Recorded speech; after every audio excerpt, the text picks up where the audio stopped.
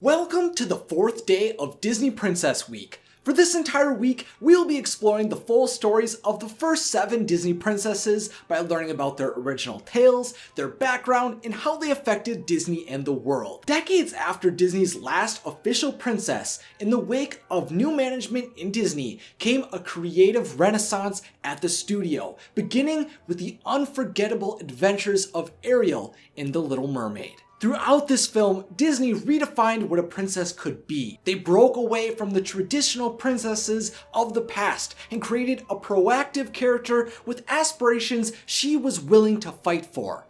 This ability to act for herself allowed her to act rashly and make mistakes, creating an extremely relatable character who we'd never forget. Hello, I'm Isaac from What's So Videos, where we discuss fun topics for fun people, and today I'm going to dive into Ariel's full story. If you are interested in checking out all of Ariel's appearances, I have provided all of the links to her movies and the resources I used in the description. Ariel was the youngest princess to the undersea kingdom of Atlantica, and was the daughter to King Triton and Queen Athena. Together with her parents and 6 sisters, although in the original story by Hans Christian Andersen, the mermaid only has 5 siblings, Ariel had a wonderful childhood playing and singing.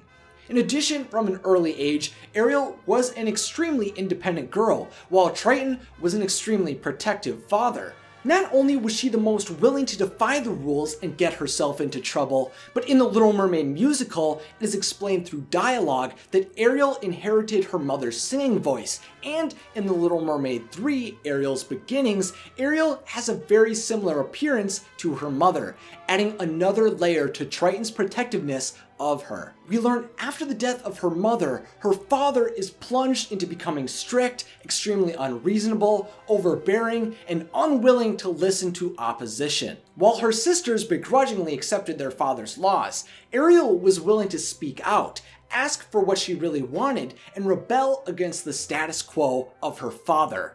Ariel's rule breaking hurts Triton deeply because he is so fond of his youngest daughter, but it is through these acts which allows Ariel to reveal the errors of Triton's ways, allowing him to open his heart again to the joys of the world.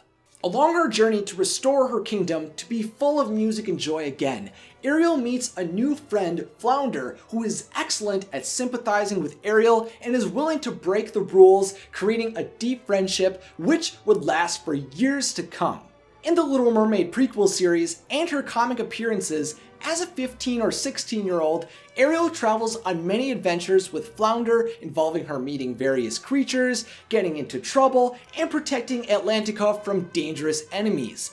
Throughout the show, we also see Ariel's fascination with the human world and learn sometime after Ariel's Beginnings and before the series began, Ariel started her collection of strange objects from the human world in her grotto.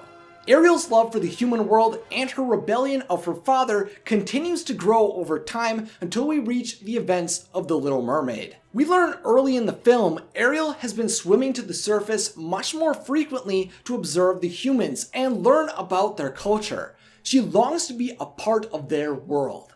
In the original story, the unnamed mermaid has a grandmother who she often asks questions to about humans. Her grandmother explains that humans have a much shorter lifespan than merfolk's 300 years, but when mermaids die, they turn to sea foam and cease to exist, while humans have an eternal soul that lives on in heaven.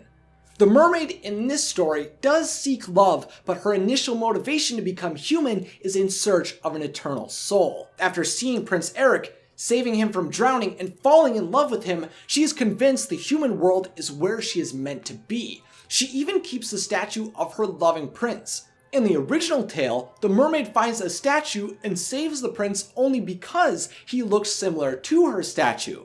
Once she discovers this man exists, she longs to be with him.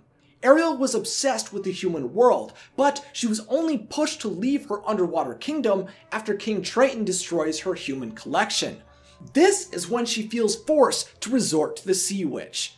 In the original tale, in her quest for immortality, rather than selling her voice to the Sea Witch, the witch sells her a potion that gives her legs in exchange for her tongue. In exchange for her lost ability to sing and speak, she gains the ability to have amazing dancing skills.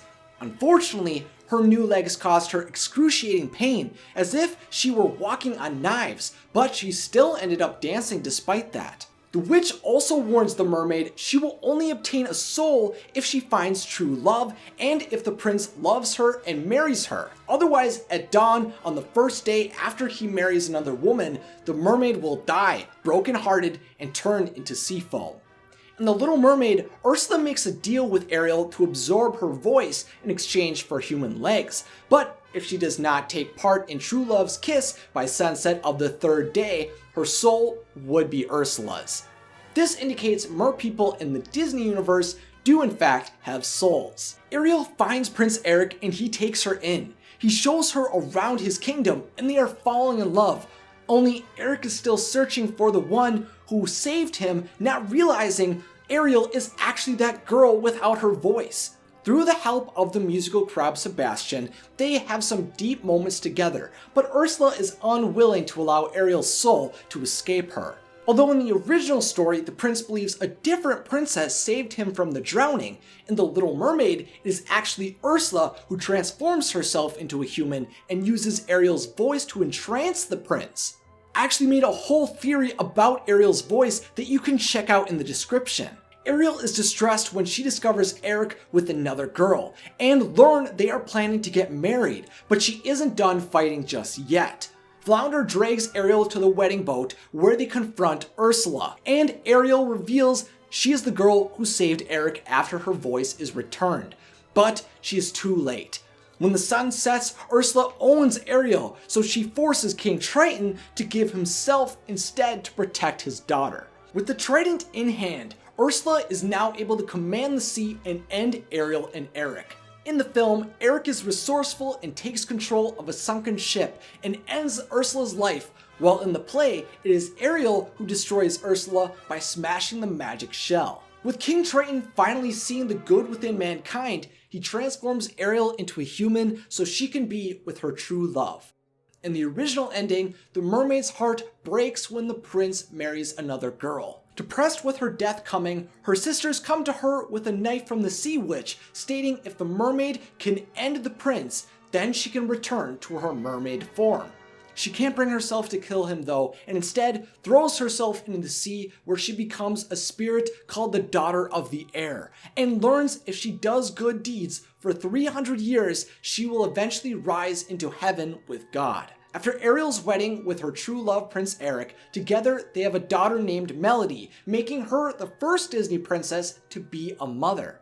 On the day of Melody's presentation to both Prince Eric's kingdom and King Triton's kingdom, Ursula's sister Morgana attacks, which results in Ariel keeping Melody away from the ocean. Much like her father before her, Ariel becomes very protective of her daughter and reprimands her when she disobeys the rules set to keep her safe. Melody eventually discovers her mother was once a mermaid, so she sets out on an adventure to become one herself and is taken advantage of by Morgana. Ariel, Eric, and Triton stop the witch, and Ariel becomes open to Melody exploring the ocean once again. Since Ariel was brought to life through animation, she has also been explored in other iterations of the character, which continue to show her fighting for causes she believes in. In Kingdom Keepers, Ariel joins the Keepers on their quest to stop the Overtakers. In Kingdom Hearts, she accompanies Sora, Donald, and Goofy on their quest in hopes of discovering other worlds beyond her own. And in Once Upon a Time, Ariel falls in love with Prince Eric, and we see her willingly travel across worlds and facing numerous foes to be with him and protect her friends. Ariel is also an extremely popular character and princess across the world. She appears in all of the Disney parks, has her own ride in the Magic Kingdom and California Adventure, a live stage show in Hollywood studios, and can be found very frequently for meet and greets at her grotto. What makes Ariel so intriguing is her dedication to achieving her dreams. While Snow White sang about waiting for her prince, Ariel declared she had dreams of living somewhere beyond her world. To achieve this vision of her future, she actively sought out a way to go there. She knew what she wanted and made mistakes along the way like a 16-year-old would, allowing us to connect with her so much more. Through her songs and passion, Ariel splashed into our hearts. So now it's time for the question of the day, sponsored by my patrons. Do you like Sebastian or Flounder better as Ariel's sidekick? Let me know your thoughts in the comments section, along with any other ideas you have for future Discovering Disney episodes. I have many more princess videos coming your way this week, so if you'd like to stay up to date with new magical videos, then click that subscribe button and follow me on Twitter, Facebook, and Instagram. To see more Watso videos, then check out some awesome pics over there. And finally, thanks for watching, and have a magical day.